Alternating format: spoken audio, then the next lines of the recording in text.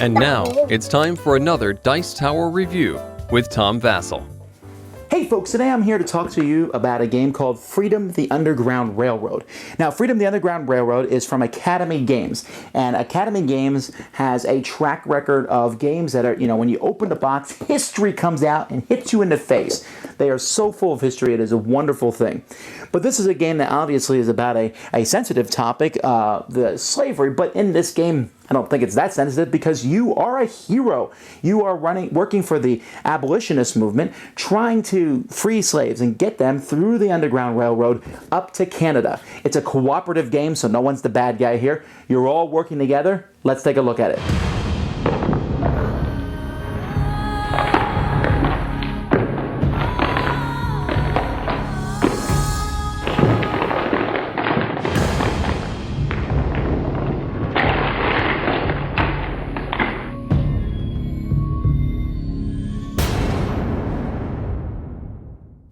Alright, here's the whole board. You can see there's a setup here. Setup is going to be different based on the number of players that are in the game. You're also, like for example, I have this set up right now for a 3-player game. You also even have an easy setting and a more difficult setting. This is the difficult setting where you need to free 20 slaves and you lose if 14 slaves are lost.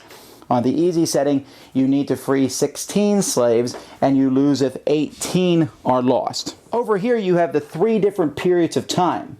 Before Civil War, leading up to Civil War, right before Civil War, even into Civil War. And there's 3 decks for each. And into those decks, depending on the number of players, you're going to shuffle some basically negative cards. Actually, this is one of the decks. The negative cards are here. And so you're going to shuffle these cards into the deck, again, a few of them. Then you're going to draw cards from the first deck and place them here at the bottom of the board, and the game is ready to begin. Now at the beginning of a round, and there's 8 rounds in the game, players are going to roll 2 dice. This is going to show you which slave catcher is going to move and how they're going to move. Now, there's different slave catchers on the board. You can see them. They each have a different symbol, and they follow different paths. For example, the orange one you can see goes all the way up there, and then he'll travel down all the way down into North Carolina. So I just rolled the blue one, and I got 3 black arrows. That means the blue slave catcher moves. There's a white arrow and a black arrow from each place. He moves 1, 2, 3. So he has moved over there. Now, slave catchers are dangerous because if you move a slave onto their spot, they'll get captured, so you won't do that. But if you move them into a spot that's adjacent to them and on their path, they will automatically move there. So they make the paths around them dangerous. It is possible at this point in the game to roll this symbol, which means none of the slave catchers move this round. Then simultaneously, players are going to be able to buy tokens from the board here. They can only buy from the era they're in or an era below it. The tokens have different things. Some of the tokens will give you money. Some of the tokens let you move slaves. Some of the tokens do nothing for you, these ones that cost 10, but you need to buy. These are support tokens. You need to buy all these to win the game because basically you're trying to raise support for the abolitionist cause. So players will do this and then prepare to take actions. Now each player has a card to show who they are, part of the abolitionist movement. Maybe you're a preacher, or a stockholder, or a station master, or an agent, or a shepherd, or a conductor, who looks suspiciously like Harriet Tubman. But each of these players also has a card that they can use, a roll card, that matches that player. So here's the conductor's roll card. And on it, she gets a dollar for each action phase. And she has a special ability. She can move 2 slaves, 1 space each during the action phase. Each person also has a one-time special ability that they can use once during the game. Once they use it, it flips it over, and it's possible that it will change their actions. For example, with her, she can only move 1 slave, 1 space during the action phase instead of 2 that she could do earlier. But her special ability is really powerful where she can move 5 movements for 1 or more slaves. So she can really help 1 slave escape. Now on a player's turn, they can take actions. They could pass all their actions to take some money from the bank if they need to. They can also play up to 2 of the tokens they've got.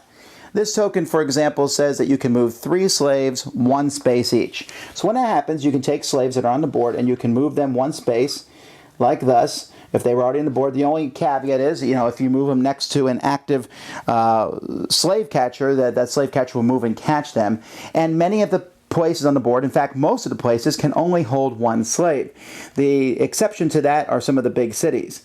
You also notice that there's money signs on many of the spots. If you move a slave to that spot, you will get money because you're basically raising money, showing people that the abolitionist movement is working. So you'll spend tokens, and so you need to buy these tokens to move the slaves. You also, some people like the conductor I showed you has a special ability where they can also move slaves.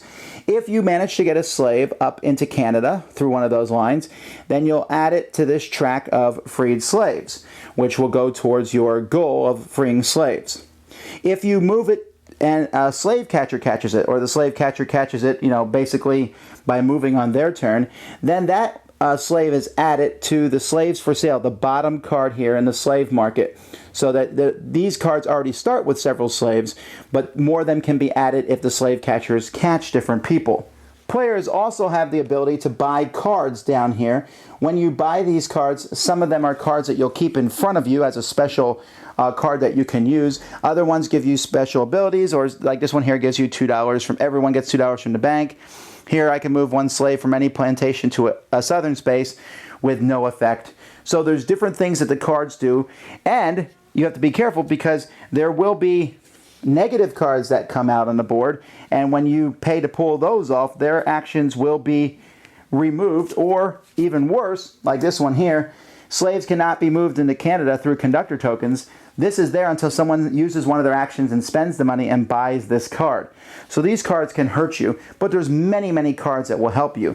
And one of the cool features of this game is just all the different historical things. Here we have the Lincoln Douglas debates, Harper's Ferries, different famous people like Thomas Garrett or Frederick Douglass, or the 100 Conventions Project. And there's a lot of history on these cards, and it adds a lot to the theme of the game. After everyone's taken their actions, then the slave markets for sale come, and players have to add them to free spots on the plantations. Now the plantations will start with some free spots at the end of the game, but at the beginning of the game, but you need to move slaves off these so there's more room for the slave markets coming in, because if there is no room, then any excess slaves are lost and they're placed up here. And you can see that in this example, if you lose 18 slaves, you will lose the game.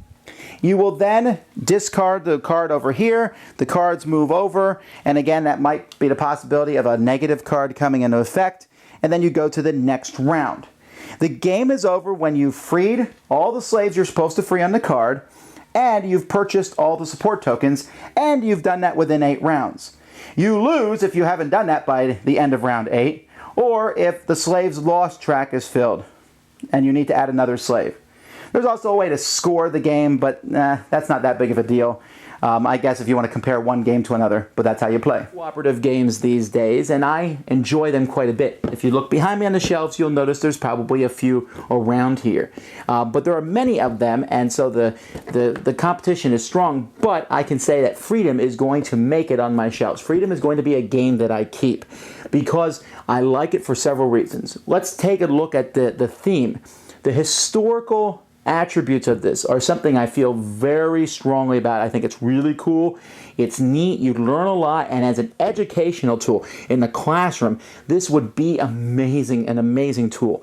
But all that's full of the history, and I like that. Now, the theme, as I said at the beginning, could be controversial for some, and it's kind of funny. I'll play some games where the orc comes and kills people, and you're like, you just came and slashed us, and that's funny. Here, sometimes you might have to make a tough decision to let a slave catcher catch a slave so that others can go free. That's a tough decision. That's not something that was taken lightly, or should be taken lightly, and again, I think offers the opportunity for discourse on how these things happened. Now, from a gameplay perspective, this game is really interesting because there's so many different ways, different routes. There's a route on the sea that you can take that costs more. Maybe you want to run up the East Coast because getting the slaves to go through and tell their stories, in essence, in the big cities will get you more money. You need a lot of money over the course of this game so that you can raise support for the abolitionist movement. But if you concentrate too much on that, the likelihood of the slaves getting captured and sent back to the plantations is high. The game has an easy and a hard side. The easy side is pretty difficult, but possible to win. The hard side, it's hard, really hard. But I don't mind that. I don't mind a hard game being a challenge. I think the design of the game, the board and all, it just looks great. Of course, I expect nothing less from Academy Games at this point.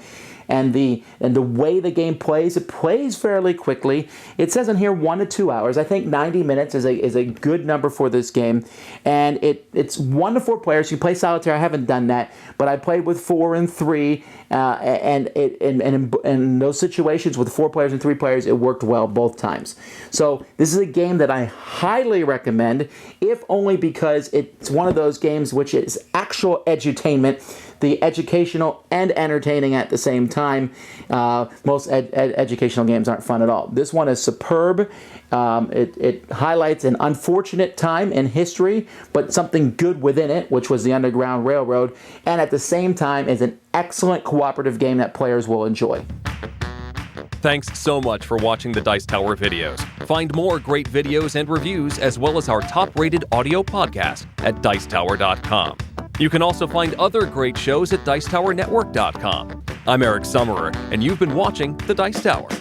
The Dice Tower is sponsored by Cool Stuff Inc., where you can find great games for great prices. Cool stuff in stock. Check them out at CoolStuffInc.com. Shut the door.